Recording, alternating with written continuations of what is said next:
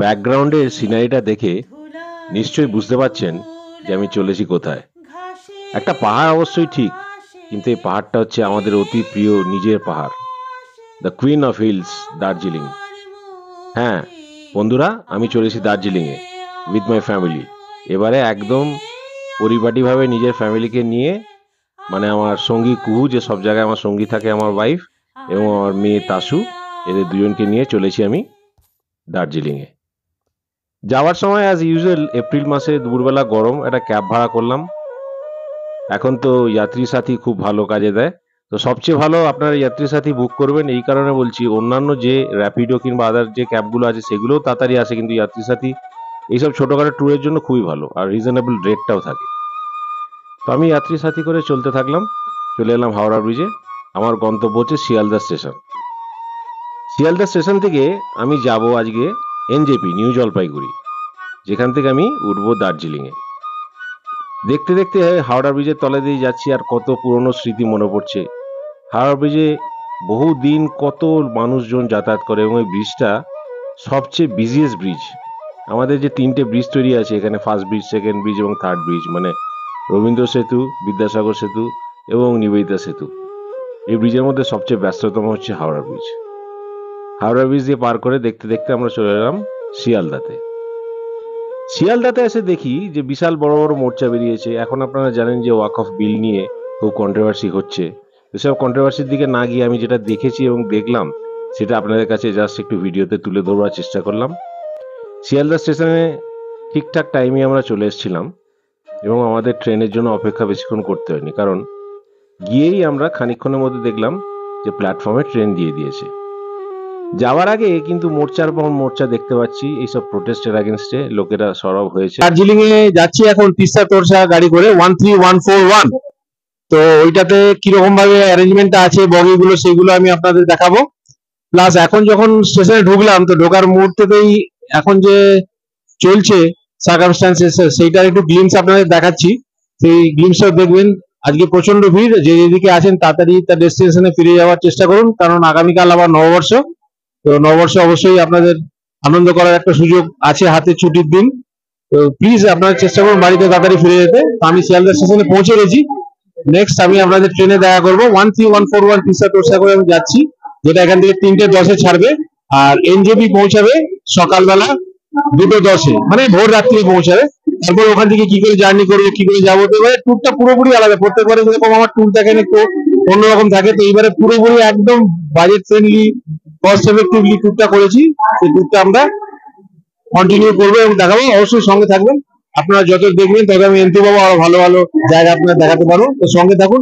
একটু পরে ট্রেনে উঠছে, এরপরে গিয়ে ট্রেনে ডাইরেক্ট দেখা হবে। Take care. ট্রেনের বগির পজিশনটা কিরম আছে সেটা দেখাবার জন্য আপনাদের একটা জাস্ট ফ্লো চার্ট ডায়াগ্রাম দিয়ে দিলাম, প্লিজ দেখবেন। ট্রেনের শিডিউল ডিপার্চারের অনেক আগেই ট্রেনটা প্ল্যাটফর্মে দিয়ে দিয়েছে, প্রায় ঘন্টাখানেক আগে। আমাদের শিডিউল ডিপার্চার টাইম ছিল 3:10, কিন্তু ট্রেন দিয়ে দিল প্রায় 2টোর সময়। তাই ওয়েট করতে হলো না, বগিটা ঠিক খুঁজে নিলাম। শুরু থেকে আমার বগি ছিল 8 নম্বরে, মানে খানিকটা হাঁটতে হয়েছিল। হ্যালো ফ্রেন্ডস, ট্রেন তো আমাদের দিয়ে দিয়েছে 13141। এটা হচ্ছে তিস্তা তোরসা এক্সপ্রেস। তো এটা ইউজুয়াল টাইম হচ্ছে 3:10-এ, কিন্তু এটা 1 ঘন্টা আগে দিয়ে দিয়েছে, ওয়াশিং টোশিং হয়ে এসে গেছে। আচ্ছা, ট্রেনটা সম্বন্ধে বলি। ট্রেনটা হচ্ছে শিয়ালদা থেকে যায় হচ্ছে নিউ আলিপুরদুয়ার পর্যন্ত। এটা টাইম লাগে প্রায় 17 আওয়ার্স, 718 কিলোমিটার ট্রাভেল করে, মাঝখানে অনেকগুলো স্টেশন। তো এই 17 ঘন্টায় শিয়ালদা থেকে নিউ আলিপুরদুয়ার পর্যন্ত চলে যায়। এই হচ্ছে মোটামুটি ট্রেনের একটা টাইমিং। আর আমরা এনজেপি তো নামবো একটু আগে বললাম 2:10-এ। তো খুবই অড টাইম যদিও, কিন্তু কি করা যাবে। ট্রেনের টিকিট যেরকম, এটা অ্যাকচুয়ালি ফেস্টিভ টাইম, তো ফেস্টিভ টাইমের সময় এই সপ্তাহে ছুটি আছে, পয়লা বৈশাখ আছে, গুড ফ্রাইডে আছে। তো এগুলো অ্যাভয়েড করতে হলে একটু কম্প্রোমাইজ তো করতেই হয়। তো দেখি ট্রেনে উঠে কিরকম ফেসিলিটি আছে, আশা করি ভালোই থাকবে। গরম আজকে একটু কমই, মোটামুটি খুব বেশি গরম নেই, খুব বেশি হিউমিডিটি নেই, যেটা জেনারেলি আমরা প্রত্যেকবার মেতে ফেস করি। আমি মে জুন করে যাই, তো এবারে গরম খুব বেশি থাকে, তো এবারে গরমটা একটু কম। প্লাস আজকে এটা দেখলাম যে একটু ডিস্টারবেন্স হয়ে আছে, যে বিলটা আমি এগুলা ডিটেলসে বলছি না, আপনারা সবাই জানেন, কারেন্ট অ্যাফেয়ার্সে সবাই জানেন যে একটু রাস্তাঘাট বন্ধ হয়ে যাচ্ছে। তো তাড়াতাড়ি আপনারা চেষ্টা করুন, আগেও বললাম, বাড়ি চলে যাওয়ার, কালকে যাতে পয়লা বৈশাখটা এনজয় করতে পারেন। তো আমি এবারে জার্নিতে দেখতে দেখতে যাচ্ছি কিরম স্টেশনে কিরম কি ফেসিলিটি এবং ট্রেনের মধ্যে কি পাবেন না পাবেন সবকিছু বলতে যাব। আর সঙ্গে থাকবেন অবশ্যই। বাকি তো দার্জিলিং এ যাবো যখন, এনজেপি তে যাবো যখন, তখন সেখান থেকে গিয়ে কি করে যাচ্ছি সেটাও জানাবো, আর দার্জিলিং এ গিয়েও বলবো। সঙ্গে থাকবেন। ট্রেনে যখন উঠলাম, একদম ঝকঝকে তকতকে কামরা। আমার ছিল AB1 কম্পার্টমেন্ট, 3 টায়ার এসি। বেশ পরিষ্কার এবং কামরাটা বেশ খালি দেখলাম। এবং এটা শুধু এখন খালি নয়, বেশ অনেকগুলো স্টপেজ পর থেকেই লোকগুলো ভিড় হলো আর কি। মানে সবাই শিয়ালদা থেকে বুকিং করেনি, কেউ কেউ অনেক দূর থেকেও বুকিং করেছে। এই ট্রেনটা যেমন বলেছিলাম যে এটা আলিপুরদুয়ার পর্যন্ত যায়, সুতরাং এনজেপি পর্যন্ত শুধু নয় টিকিটে, অনেকজন আপ টু আলিপুরদুয়ার পর্যন্ত কেটেছে। তাই এটা প্যাসেঞ্জার ট্রেনের মতো। আর কিছু কিছু লোক দেখলাম প্রায় ঘন্টা 2 ঘন্টা ছাড়া ছাড়াই নেমে পড়ছে। তো তিস্তা তোরসা ট্রেনটা গুড অপশন যদি আপনারা কাছাকাছি যান। যেমন আমি বলছি, যদি সান্দাকফু কারো ট্যুর হয় তাহলে এই ট্রেনটা অ্যাভেল করতে পারেন, কারণ 2টা-2:30টার সময় নেমে যাবেন এবং রীতিমতো প্ল্যান করে গাড়ি নিয়ে তাড়াতাড়ি উঠে পড়তে পারবেন, যাতে মানভঞ্জনে পেপার ওয়ার্কসটা করে আপনারা উঠে পড়তে পারেন। এছাড়া যদি শুধু দার্জিলিং ট্যুর হয় তো এই গাড়িটা না করে আপনারা দার্জিলিং মেল, পদাতিক, তিস্তা তোরসা ছাড়া এইসব ট্রেনগুলো করতে পারেন। তো ভেতরটা দেখুন। ঘড়িটা এই কারণেই দেখালাম যে শিডিউল ডিপার্চার হলো কিন্তু শিডিউল টাইমের আগেই, কারণ এখন বাজে 3টে, এটা 3:10-এ ছাড়ার কথা, ছেড়ে দিল 3টের মধ্যেই। তো এনিওয়ে এটা আমাদেরই ভালো। তবে এটা যদি স্পিডটা মেনটেন করে যে 3টের আগে পর্যন্ত যেমন ছাড়লো, ওইখানেও যদি নামিয়ে দিতে পারে ভালো হয়। তবে ওখানে যদি একটু দেরিতে নামায় ভালো হয়, এই কারণে রাতটা কেটে যায়। তবে যেরকম ট্রেন টানবে সেরকম আমরা যাব, এটা তো আমাদের কপালের ব্যাপার, তাই না? ট্রেন চালু হলো তার নিজের ছন্দে। গতি কিন্তু শুরু থেকেই অনেক বেশি থাকে না, আস্তে আস্তে প্ল্যাটফর্ম ছেড়ে ট্রেন এগোতে থাকলো। কারণ একে ডিস্টেন্স কভার করতে অনেকটা, প্রায় 1700 কিলোমিটার ডিস্টেন্স আমি যেটা বললাম। আর 17 ঘন্টায়, সরি ভুল বললাম, 1700 কিলোমিটার না, 780 কিলোমিটার 17 ঘন্টায়। তো এইটা আলিপুরদুয়ার পর্যন্ত যাচ্ছে এবং মাঝখানে এটা 28খানা স্টেশন আছে, 28 স্টেশন। তো অনেকগুলো স্টেশন কভার করতে হয়। তো ট্রেনটা এই কারণেই একটু লোকাল ট্রেনের মতোই আমার লাগলো। যাই হোক, বেশ ভালোই লাগছে জার্নিটা চালু হলো, অনেকদিন পরে ট্রেনে চাপলাম। প্রায় বছরখানেক পরে আমি জার্নি থেকে বেরোলাম। আর ট্রেনে জার্নি মানে তো খাওয়া ছাড়া চলে? এই দেখুন খাওয়া চালু হয়ে গেছে। ফার্স্টে উঠেছিল ঝালমুড়ি, আমরা সবাই মিলে ঝালমুড়ি খেলাম। খেতে খেতে ট্রেনের মতো চলছে, আমরা আমাদের মতো মুখ চালিয়ে যাচ্ছি। একের পর এক খাবার, এবারে কফি এবং নানা রকম খাবার। আমার আগেও অনেক ট্রেনের জার্নি আপনারা দেখেছেন যে ট্রেনে আমি উঠলে, সে ছোট পাল্লার ট্রেনই হোক আর একটু দূরপাল্লারই হোক, মুখ আমার বন্ধ হয় না, কন্টিনিউ কোনো না কোনো ভেন্ডার আসতেই থাকে আর আমি খেতেই থাকি। এটা একটা বড় সমস্যা, তার জন্য একটু প্রবলেমও হয় পড়ে, কিন্তু কিছু করার নেই, মানে এটাকে আমি কম্প্রোমাইজ করতে পারি না। আপনারা কি করেন ট্রেনে একটু জানাবেন, নিশ্চয়ই আপনারা তো ভালো লাগে। এই যে ট্রেনে নানা রকম ভেন্ডার ওঠে, ধরুন ভালো ভালো জায়গায় তো খাদ সবাই, কিন্তু এই যে ট্রেনের একটা খাবার খাওয়া, এটা একটা মানে দুর্লভ ব্যাপার। যে এই ঝালমুড়ি আসছে, তার সঙ্গে যে নারকোলটা দেয় সেটাও বিশাল ফেমাস ব্যাপার একটা। ওই নারকোলটা যেন মিস করা যায় না। আর ঝালমুড়ি ছাড়াও যেটা আমার ভালো লাগে, মাঝে মাঝে দেখবেন ট্রেনে আপনার সেদ্ধ ডিম আসে। তো সেদ্ধ ডিম বাড়িতে তো বেশি দেয় না, তাই ট্রেনেতে যখনই খাই তখন 4-5টা সেদ্ধ ডিম একসঙ্গে খেয়ে নিই। তাতে আমার প্রবলেম কিছু হয় না, একটু প্রোটিন যায় ভেতরে, এটা ঠিক। অন্য লোককেও প্রবলেম করি না, বুঝতেই পাচ্ছেন কারণটা কি। যাই হোক, এই ট্রেনের প্রথম স্টেশন ছিল নৈহাটি। নৈহাটি স্টেশনে যেটা ফেমাস আপনারা সবাই জানেন, নৈহাটি বিখ্যাত একটা জায়গা বড় মার জন্য। বড় মা হচ্ছে কালী মায়ের একটা রূপ এবং এই ঠাকুর বিশাল জাগ্রত। বড় মাকে পুজো দেওয়ার জন্য, বড় মাকে দেখবার জন্য দূর দূরান্ত থেকে, দেশ দেশান্তর থেকে লোক আসে। এবং এটা হচ্ছে নৈহাটির গঙ্গা। এখানে চান টান করে লোকজন বড় মাকে পুজো দিতে যায়। তো আপনারা যদি নৈহাটি যান তাহলে বরাবর অবশ্যই দর্শন করে আসবেন। দেখুন, বলতে না বলতে আমার হাতে চলে এলো সিঙ্গারা। এখানে সিঙ্গারা পাওয়া যায়, ভেজিটেবল চপ পাওয়া যায়। তো আমি সিঙ্গারাটা প্রেফার করলাম। সিঙ্গারাটা বেশ গরম, তবে একটু নরম ছিল, খাস্তা ছিল না। তো এটা তো কম্প্রোমাইজ করতেই হয়। খাস্তা নরম এসবগুলো তো বাছাবাছি করলে হবে না, যা আসবে তোমায় খেতে হবে। যদি অপশন পাও তাহলে ঠিক কথা, না যদি অপশন পাও মুখ চালিয়ে যাও। হাল ছেড়ো না বন্ধু, মুখ চালিয়ে যাও। তো যাই হোক, আস্তে আস্তে ট্রেন এগোতে থাকলো। নৈহাটি জংশন, এরপরে মোস্ট প্রবাবলি ছিল ব্যান্ডেল। ব্যান্ডেল থেকে সব রুট চেঞ্জ হয় এবং যেতে যেতে আমরা বিভিন্ন রকমের সিনারি দেখতে দেখতে যাচ্ছিলাম। কখনো কখনো বাড়ি আসছিল, কখনো এরকম ক্ষেত, সবুজ, মানে দিগন্ত রেখা মিলিয়ে গেছে একদম, কোথায় চলে গেছে, গ্রিনারি চারিদিকে। এত সুন্দর লাগে এগুলো দেখতে, ট্রেনে করে যেতে এতই ভালো লাগে ওই জন্য। আর এই ট্র্যাক্সের দিকে দেখলে আরো মনটা সুন্দর হয়ে যায়। মনে হয় ট্র্যাক্স গুলো কি ছুটছে না ট্রেনটা ছুটছে, এটা একটা বড় কোশ্চেন ছোটবেলা থেকে। যাই হোক, জোকস অ্যাপার্ট, কিন্তু একসময় মনে হতো আরে ট্র্যাক্সটা কি ছুটছে, জিজ্ঞেস করতাম বাবাকে। বাবাও তখন হেসে হেসে উত্তর দিত, হ্যাঁ ট্র্যাক্সটাই ছুটছে। কিন্তু অ্যাকচুয়ালি পরে বুঝলাম যে না, ট্র্যাক্সটা নয়, ট্রেনটাই ছোটে। তো এনিওয়ে, এগিয়ে চললাম গন্তব্যের দিকে আপনাদের সঙ্গে নিয়ে। তো এইগুলো দেখাই কারণ আমার মনে হয় যে আমি যখনই কোনো ট্রেনের দৃশ্য দেখি, অনেক ভাই বন্ধুরা ব্লগাররা যারা ট্রেনের সিন দেখান, তখন আমার মনটা মনে হয় যে ওদের সঙ্গে আমি বেড়াতে বেরিয়ে পড়েছি। ট্রেনের কিংবা প্লেনে অত টানে না, ট্রেনটা বেশিরভাগ করে টানে। যে যখনই দেখি ট্রেনে করে যে যাচ্ছে এবং পাশে পাশে সিনারিগুলো দেখেই যাচ্ছে, তখন মনে হয় যে আমিও হয়তো বেড়াতে চলে যাই তাদের সঙ্গে। সেটা ভেবেই, আমার দর্শক বন্ধুদের জন্য ভেবেই আমি এই সিনগুলো করি। এবং বিভিন্ন জায়গায় স্টেশনে মাঝে মাঝে থামছে ট্রেনটা, তার গন্তব্যতে বলেছিলাম 28খানা স্টপ সে ক্রস করে যায়। গন্তব্য শেষ হলো, তারপর আবার ট্রেন চললো তার নিজের গতিতে। আস্তে আস্তে করে ট্রেন চলেছে। আর ওই গ্রামের রাস্তা, দূরে দূরে গ্রামগুলো আছে, দেখেও ভালো লাগে, মনে হয় কোনো একটা গ্রামে গিয়ে কদিন থেকে আসি। কিন্তু আমাদের লাইফ তো দোআঁশলা লাইফ, গ্রাম শহর মিলিয়ে থাকতে হয়। চলে এলাম নবদ্বীপ ধামে। নবদ্বীপ ধাম হচ্ছে শ্রী চৈতন্য মহাপ্রভুর জন্মস্থান। খুব সুন্দর তীর্থস্থান, এখানে আপনারা আসতে পারেন। এখান থেকে নেমে বিভিন্ন জায়গা আপনারা দর্শন করতে পারেন। পোড়ামাতলা ফেমাস জায়গা, চৈতন্যদেবের জন্মস্থান দেখতে পারেন, অনেক কিছু দেখবার আছে এখানে। এবং উল্টো দিকেই মায়াপুর, যদি ঘাট পেরোন সেখানে আপনারা যেতে পারেন। এই নদীটার ইনফরমেশন ঠিক আমি দিতে পারলাম না। এই নদীটাও শুকনো হয়ে গেছে, অনেক চর পড়ে গেছে, এখনো বর্ষাকালটা তো ঠিক ঢোকেনি। বর্ষাকাল ঢুকলে এই নদীগুলো ফুলে ফেপে যায় এবং দেখতে খুব সুন্দর লাগে। অনেক ডিঙি নৌকা ছিল, আমি ক্যামেরায় দেখাতে পারলাম না, কিংবা রানিং এর মধ্যে পেলাম। ট্রেন চলতে চলতে কখন যে অন্ধকার নেমে গেল বুঝতেই পারলাম না। চারিদিক কালো হয়ে গেল। অ্যাকচুয়ালি ভেতরে খেতে খেতে আর গল্প করতে করতে খুর সঙ্গে আর তাসুর সঙ্গে বুঝতেই পারলাম না কখন অন্ধকার হয়ে গেছে। ট্রেন তখন কাটুয়া ছেড়ে সালার জাংশনে থেমেছে। এই সালার জাংশনে বেশ অন্ধকার হয়ে গেল। তো সালার ছেড়ে যখন বেরোচ্ছি, তখন দেখলাম চারিদিকে অন্ধকার, কিন্তু এই যে ক্ষেত খালিহান, এগুলো দেখতে খুব ভালো লাগছিল। এই কারণে এগুলো খুব টানে, এত গ্রিনারি না, তবে আস্তে আস্তে রংটা ধূসর হয়ে গেল। বাইরে পুরো অন্ধকার, কিছু দেখতে পাওয়া যাচ্ছে না।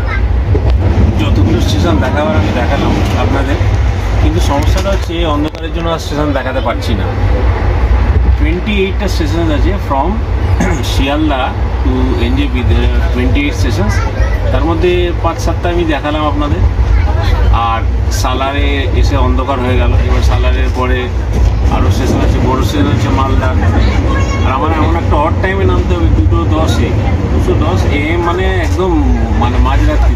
তো চিন্তা করছি আমি কী করবো, তাড়াতাড়ি ঘুমিয়ে পড়বো, তার আগে খেয়ে দিয়ে নেবো, খেয়ে দিয়ে নিয়ে ঘুমিয়ে পড়বো। না ওই 2-2:30টার আগে মানে 2টোর আগে উঠতে পারবো না, প্রবলেম হবে। ট্রেন যদি বেরিয়ে যায় একদম কেলেঙ্কারি হয়ে যাবে।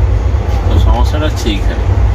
আপনারা যারা আসবেন তিস্তা তোরসা, যদি না পান তিস্তা তোরসা অফ করবেন, কারণ এত ভোরবেলা ওঠাটা খুব চাপের। ইনফ্যাক্ট যদি মানেভঞ্জনে যান কিংবা অন্য কোথাও যান, তখন প্রেফার করবেন আগের গাড়ি যাওয়ার। নাহলে দার্জিলিং গেলে একটু বেলার গাড়ি নেওয়াই ভালো, মানে রাত্রির গাড়ি নেওয়াই ভালো। চেষ্টা করবেন দার্জিলিং মেল, পদাতিক কিংবা কাঞ্চনকন্যা এইসবগুলো নেওয়ার জন্য। তো যাই হোক, আমার তো অপশন ছিল না, আমি পাইনি, ওই জন্য আমি এই টিকিটটা নিয়েছি আর কি। মোটামুটি আমি দেখালাম স্টেশনে। এরপরে আপনাদের সঙ্গে দেখা হবে কালকে সকালবেলা এনজেপিতে নেমে ভোর রাত কী অবস্থা হয় না হয় দেখবার জন্য। সঙ্গে থাকুন এবং এক্সপিরিয়েন্স করুন আমার সঙ্গে জার্নি। কালকে খুব একটা ভালো জার্নি হবে, অবশ্যই দেখবেন, এবং খুব বাজেট ফ্রেন্ডলি জার্নি হবে। সবাইকে বলে রাখছি দেখবেন, আমি লাস্টে কস্টগুলো বলে দেবো। ট্রেনে চড়বো, খালি বাইরের খাবার খাবো, ঘরের খাবার কি খাবো না? খাবো না আমরা ঘরের খাবার? তাই আমার শাশুড়ি মা রান্না করে দিয়েছিল লুচি, আলু ভাজা, আলুর তরকারি এবং সুজি। সুজিটা মনে হয় কুই করেছিল, কিন্তু খাবার এত জমিয়ে খেলাম রাত্রিবেলা, একদম সাঁটিয়ে লুচি দিয়ে জমিয়ে খাওয়া, আলু ভাজা, লুচি এবং সুজি। তো যাই বলেন, যতই বাইরের খাবার খান, যতই হোটেলের খান, যতই রানিং ট্রেনে খান, বাড়ি থেকে খাবার নিয়ে গেলে খাওয়ার কিন্তু একটা রিল্যাক্সই আলাদা। কি বলেন আপনারা, তাই না? ট্রেন আমাদের কথা শুনলো না, একটুও লেট করলো না, জানেন তো। একদম শিডিউল টাইমে ট্রেন চলে এলো নিউ জলপাইগুড়ি এনজেপি জাংশনে, এবং 2:10-এই আমাদের নামালো। ইনফ্যাক্ট 10 মিনিট আগেই নামিয়েছে। তো এই 2টোর সময় নেমে কোথায় যাব, কি করব, কিছুই বুঝতে পারলাম না। হঠাৎ করে মনে পড়লো যে আচ্ছা, এখানে তো কিছু ওয়েটিং রুম আছে।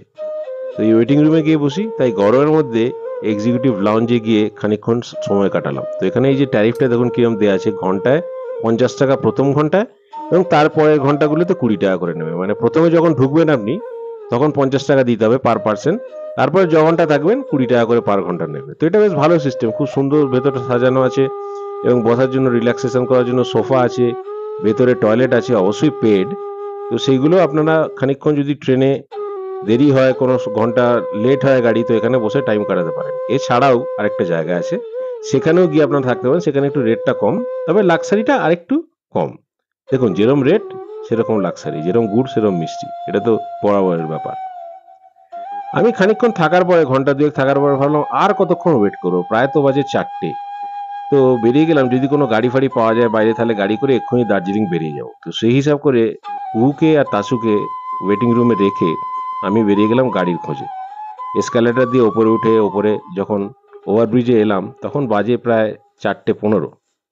তো 4টে 15-তে আমি বেরিয়ে গেলাম বাইরে।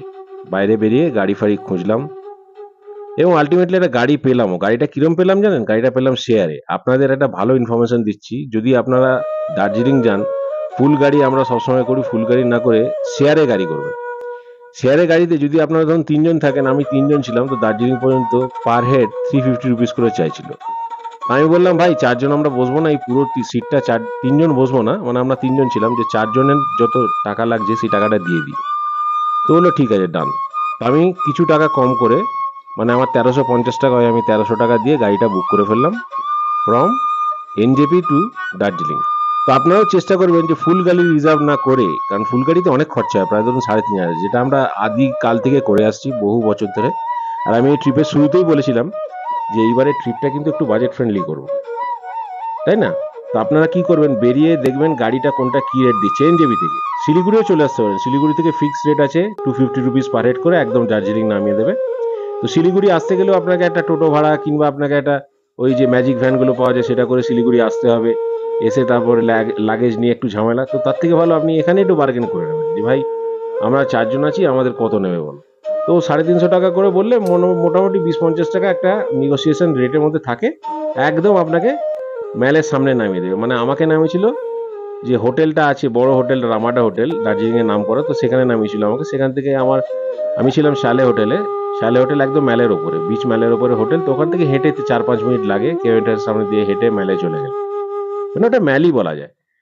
তো 350 রুপিস পার হেড করে লেগেছিল, যেহেতু আমরা 4জন ছিলাম, আমার লাগলো 1300 টাকা। তো 1300 টাকাতে আমি পৌঁছে গেলাম একদম ম্যালের ওপরে।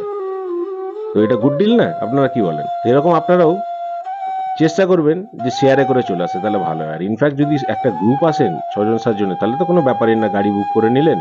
মোটামুটি 2500 টাকা থেকে ছোট গাড়ি চালু হয় 3.5, কেউ বলবে 4, আর বড় গাড়ি মোটামুটি 4 থেকে 4.5। সিজনে একটু বাড়ে, আর কয়েকদিন পর থেকে সিজন চালু হবে, তখন সিজনে গাড়ির ভাড়াগুলো একটু বাড়বে, আর অফ সিজনে একটু কমবে। এই হচ্ছে ব্যাপার। তো এরমভাবে গাড়ি নিয়ে আমরা বেরিয়ে পড়লাম রাস্তা দিয়ে। আর রাস্তা কি বলবো, বিউটিফুল রাস্তা। এটা কিন্তু যে তিস্তার যে রাস্তাটা ওইটা নয়, মানে যেটা দিয়ে আমরা প্রত্যেকবার যাই, যে রুটটা, ওই রুটটা নয়, এটা হচ্ছে ভায়া রোহিণী হয়ে, মানে রোহিণী হয়ে আমরা দার্জিলিং যাচ্ছি, from NJP to Rohini and then to Darjeeling. আরেকটা রাস্তা রোহিণীর দিকে বেঁকে যায়, আর একটা রাস্তা চলে যায় মিরিক হয়ে, মানে মিরিক হয়ে ঘুরে আপনি ব্যাক দিয়ে আসবেন, মানে ওই দিক দিয়ে আহ, জল, মানে যে মিরিকের যে রাস্তাটা, যেটা আপনার আছে ওই জোরপোখরি, তারপরে লেপচা জগৎ, ওইটা হয়ে ঘুম স্টেশন হয়ে আপনাকে আসতে হবে। তো আমরা ওই রুটটা একটু লম্বা রুট, ওটা ধরে নিই, আমরা এই রোহিণী দিয়ে এলাম, এবং মোটামুটি ঘুম স্টেশন পর্যন্ত খুব সুন্দরভাবে এসেছিলাম। আর জার্নিটা কিরম কেটেছিল, অসাধারণ। একটু না দেখুন না কি সুন্দর লাগছে। এই যে এখন আমরা পাহাড়ে উঠছি, দূরে পাহাড়গুলো দেখতে পাওয়া যাচ্ছে, জাস্ট এখন প্লেন লাইন থেকে পাহাড়ের দিকে উঠছে। এবং যে পুরোনো দার্জিলিং এর রাস্তা, সেটা এত স্টিপ ছিল, তার কার্ভগুলো এত স্টিপ, অনেকের ওই রাস্তায় বমি পেয়ে যেত। তো সেইটার জন্য এখানে গভর্নমেন্ট নতুন রাস্তাটা করেছে, যাতে সবাই এই রাস্তাটা অ্যাভয়েড করতে পারে, এবং গাড়ি বেশ সুন্দরভাবে যাচ্ছে। আর চওড়া রোড, এটা হচ্ছে সবচেয়ে বড় হয়ে, কোনো খাদের ব্যাপার নেই। এবং পাহাড়ে উঠলে তারপর খাদ, এটা অনেকটা জায়গা পর্যন্ত আপনার প্লেন আস্তে আস্তে উঠবে। এলিভেশনটা এত সুন্দর দিয়েছে যে কোনো রকম ভমিটিং টেন্ডেন্সি আসে না। এটা হচ্ছে একটা প্লাস পয়েন্ট, এবং এটা ভীষণ প্লাস পয়েন্ট। দেখতে দেখতে টোল ট্যাক্সে চলে এলাম আমরা। এই টোল ট্যাক্স ছাড়াবার পরেই মেন আমরা উঠে যাব পাহাড়ের দিকে, এবং এটা রোহিণীর পরে কার্শিয়ং হয়ে তারপর উঠবে। নামবার সময় ম্যাক্সিমাম গাড়িরা এই দিক দিয়ে নামে। এখন আর তিস্তা বাজার ওই দিক দিয়ে আর নামে না, এদিক দিয়ে নামায় এবং ওঠা দুটোই করে। এতে পেট্রোলটাও সেভ হয় আর জার্নিটাও খুব সুন্দর হয়। বিউটিফিকেশন আমার আগের জার্নিতে খারাপ লাগতো না, কারণ ওখানে এত সুন্দর বেন্ড থাকতো না, সেই পাহাড়ের বাঁকে বাঁকে এত ভালো লাগতো, সুন্দরভাবে ডান দিক দিয়ে তিস্তাটা যেত। তো সেই ফিলিংসটা আসছে না, সেটা একটা অন্য ফিলিংস। এটা মানে কি বলে বোঝাবো, মানে আমি বলছি আমার নিজের চোখের সামনে ভেসে উঠছে। ম্যাক্সিমাম লোকেরা যারা দার্জিলিং চিনেছেন আমার মতো ছোটবেলা থেকে, তারা ওই তিস্তা আর দার্জিলিং এর রাস্তা আলাদা কেউ করতে পারবে না। তো সেইটা থেকে আমরা একটু বঞ্চিতই হচ্ছি, যদিও জার্নিটা একটু সেফ হয়েছে, মানে রাস্তাঘাটগুলো নতুন রাস্তাঘাট, উঠতে আরো তাড়াতাড়ি লাগে, ভালো লাগে। কিন্তু that road is something nostalgic road and we can forget. আর যারা ব্লগ দেখছেন, দার্জিলিং এর ব্লগ ভালোবাসেন বলে, কিংবা যারা নতুনও দেখছেন, এই রোডটা সত্যিকারের না মিস করবার মতো রোড। পারলে আপনারাও একবার ট্রাই করবেন এই তিস্তার রোড দিয়ে আসবার। দার্জিলিং হচ্ছে আমাদের প্রাণ। বাঙালির তিনটে জায়গা যেটা না ঘুরে পায় না, সেটা হচ্ছে দীপুদা, অর্থাৎ দীঘা, পুরী এবং দার্জিলিং। তো দার্জিলিং আমাদের মানে ওতপ্রোতভাবে জড়িয়ে আছে জীবনের সঙ্গে। যেখানেই আপনি আড্ডা মারবেন এবং কোনো বেড়াতে যাওয়ার আলোচনা হবে এবং পাহাড় কেন্দ্রিক বেড়াতে যাওয়ার আলোচনা হবে, দার্জিলিং সেখানে আমাদের আলোচনার বাইরে থাকে না। কারণ দার্জিলিং এর মতো এত সুন্দর জায়গা ছোটবেলা থেকে আমরা দেখছি, যারা আমরা লেট 70s বর্ন, ছোটবেলা থেকে কোথায় যাবো বাবা, সুন্দর জায়গা দার্জিলিং। তো তখন দার্জিলিং আরো ওয়াইল্ড ছিল, আরো র নেচার ছিল। আস্তে আস্তে হোটেল অনেক বেড়ে গেছে, প্রচুর ট্রাফিক বেড়ে গেছে। আমরা এই ভিডিওতেই দেখাবার চেষ্টা করেছি যে কিভাবে আমরা স্ট্রাগল করেছি ফ্রম ঘুম টু দার্জিলিং। মানে যে রাস্তাটা 3.5 ঘন্টা লাগে কি 3 ঘন্টা 15 মিনিট লাগে, সেটা কতক্ষণ লেগেছিল। কিন্তু দার্জিলিং এর কি নস্টালজিয়াটা ছাড়তে পারবো? দার্জিলিং কি আশা ছাড়তে পারবো? এই চা বাগান কি দেখা ছাড়তে পারবো? এই সুন্দর সুন্দর পাহাড়গুলো কি আমাদের ডাকবে না? আমরা কি আসবো না এদের কাছে? বলতে বলতেই দেখুন কি বিউটিফুল একটা রকি জায়গায় চলে এলাম। এত সুন্দর সিনারিগুলো যদি আপনারা না আসেন মিস করবেন। আর সত্যিকারের দার্জিলিং সবাইকে আসতেই হয়, কারণ এত বাজেট ফ্রেন্ডলি আর এত হাতের কাছে সুন্দর জায়গা, পাহাড়, এটা কোথায় পাবেন? যদি আপনি সিমলা কিংবা কুলু মানালি যান, তাহলেও কস্ট অনেক বেশি লাগে। আর দার্জিলিং আপনি জাস্ট টিকিট করুন, রাত্রিবেলা ট্রেনে চাপুন এবং সকালবেলা ভোরবেলা আপনি চলে এলেন নিউ জলপাইগুড়ি, এবং নিউ জলপাইগুড়ি থেকে আপনারা গাড়ি ভাড়া করে, যেরকমভাবে বললাম শেয়ারে নালে রিজার্ভে, চলে এলেন Darjeeling. As simple as that, you can avail in a very small cost. উল্টো দিকে যে বাড়িগুলো দেখছেন, ঘরগুলো দেখছেন খাদের ওপারে, ওটা হচ্ছে কার্শিয়ং সিটি। আমরা প্রায় কার্শিয়ং চলতে এলাম, দেখুন কথা বলতে বলতে বকতে বকতে কার্শিয়ংয়ে চলে এলাম। আর কার্শিয়ংয়ে আসা মানেই এই টয় ট্রেনের লাইন দেখতেই পাবো। টয় ট্রেনের লাইন ধরে ধরে এবার আমরা চলবো দার্জিলিং, এবং বাঁদিকে পড়ে থাকবে খাদ আর ডান দিকে টয় ট্রেনের লাইন। অনেকক্ষণ ধরে গাড়ি নিয়ে চলছি তো চলছি, কিন্তু খাওয়া দাওয়া হয়নি। তো ড্রাইভারকে বললাম, ড্রাইভার সাহেব আপনি তো নিয়ে যাচ্ছেন শেয়ারে, তো খাওয়া দাওয়া কি করাবেন না, দাঁড় করাবেন নাকি কোথাও? খিদে কি আমাদের পায় না আমাদের খিদে? তো এটা কথা বলার পরেই ড্রাইভারের মনে একটু মায়া হলো। তো সে বলল, ঠিক আছে দাদা, একটু আগে একটা জায়গায় আমি দাঁড় করাবো, সেখানে আপনার চা ব্রেক নেবেন একটা, কিন্তু একটু তাড়াতাড়ি করবেন, কারণ আমাদের তো অনেকগুলো ট্রিপ করতে হয়।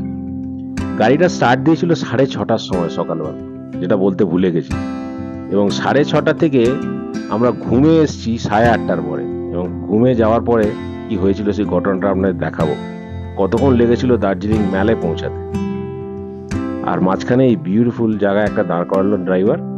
আর এই ড্রাইভার দাঁড় করানোর যে জায়গাটা, আমি নেমে অ্যাজ ইউজুয়াল ফটোগ্রাফি করতে চালু করলাম, আমার ক্যামেরার সাথে যে আমার বন্ধু।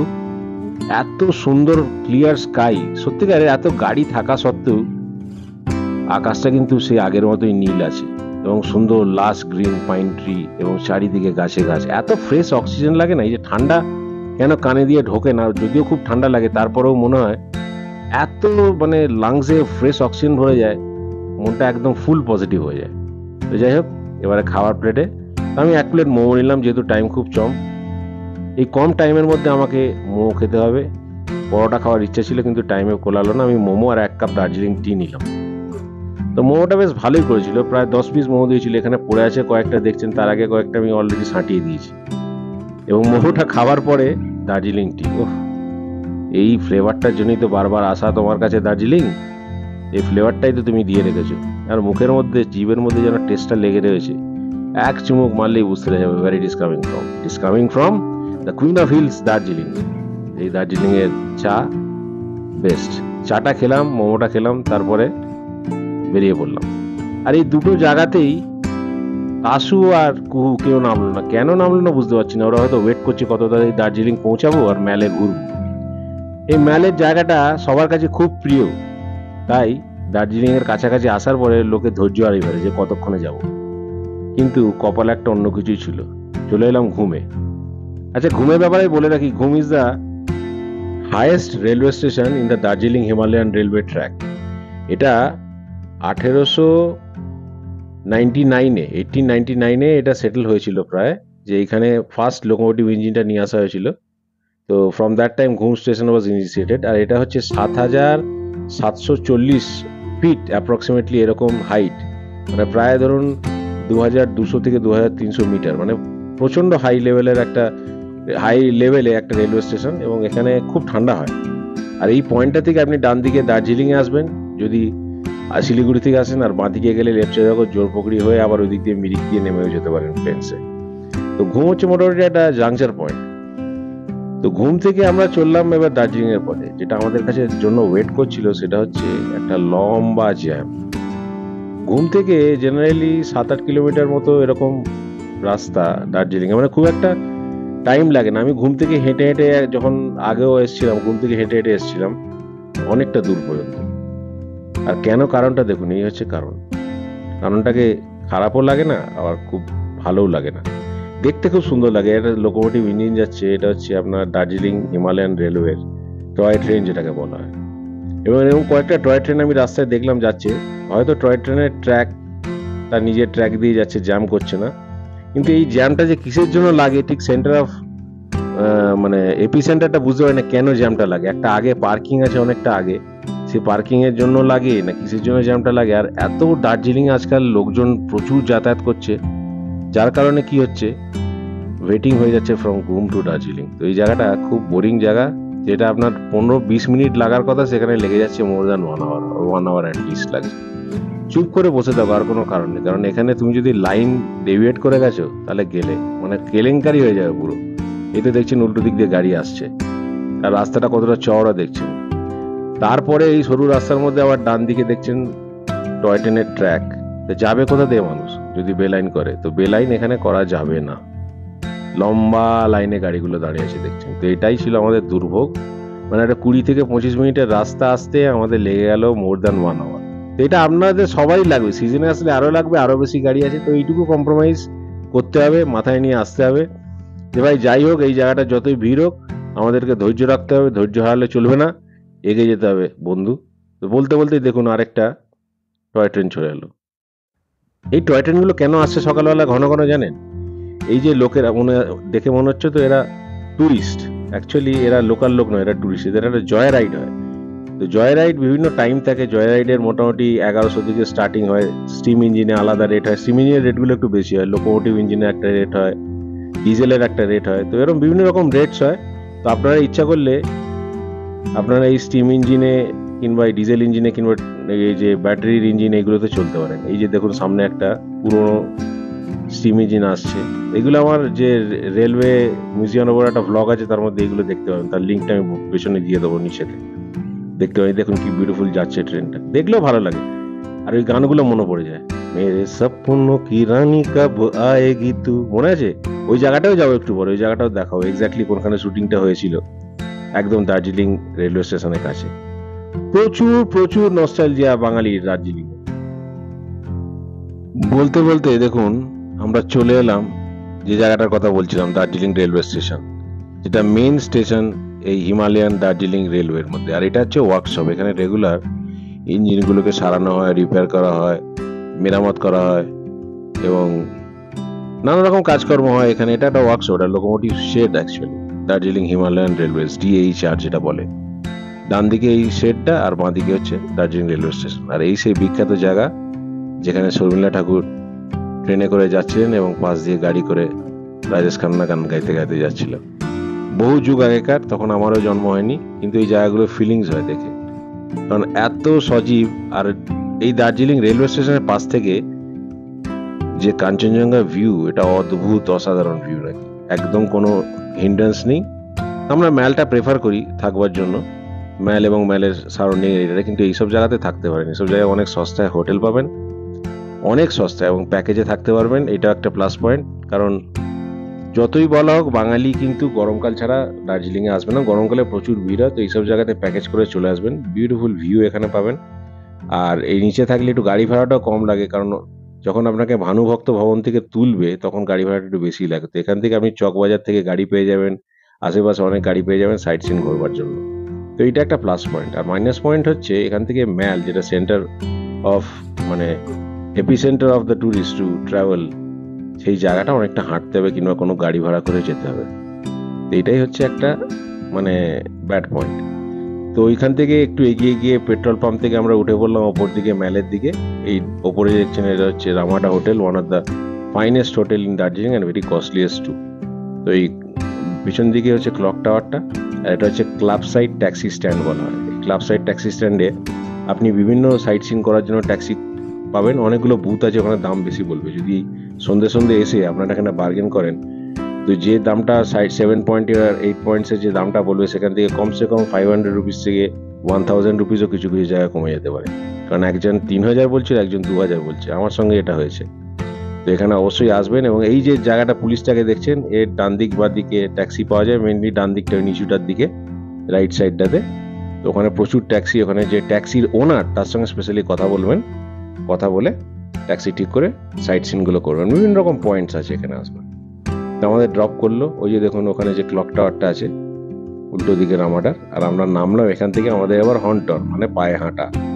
আমরা হেঁটে জাস্ট এই কেভেন্টাসটা, দূরে কেভেন্টাসটা দেখতে পাচ্ছেন, কেভেন্টাসের সামনে যাব, এবং কেভেন্টাস থেকে আস্তে আস্তে আমরা উঠে পড়বো ম্যালেতে। কারণ আমার হোটেলটা একদম ম্যালে ওপরে।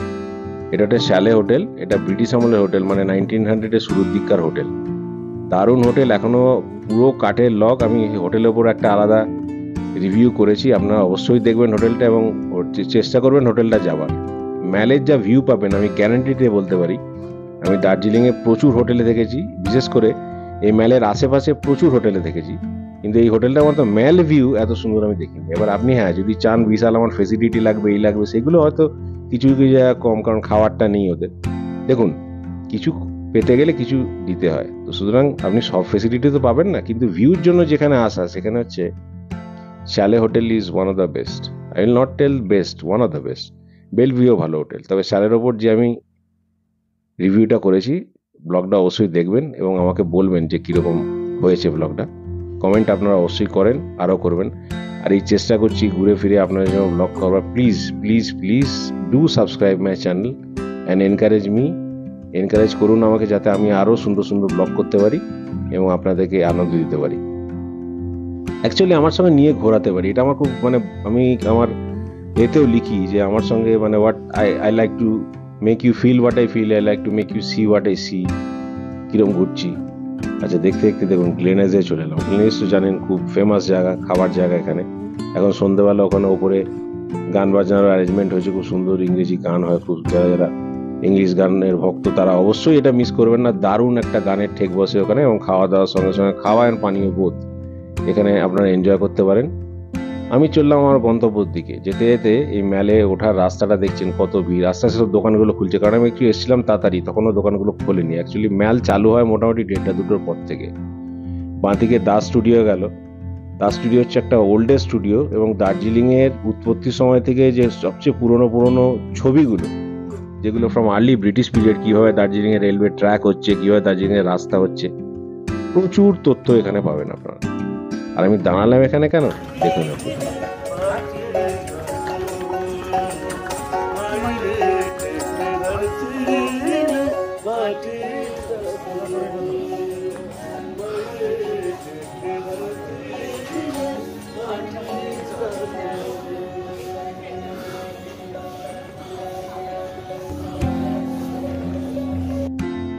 এই মেলে উঠতে উঠতে নেপালি লোকসঙ্গীত শুনতে খুবই ভালো লাগে।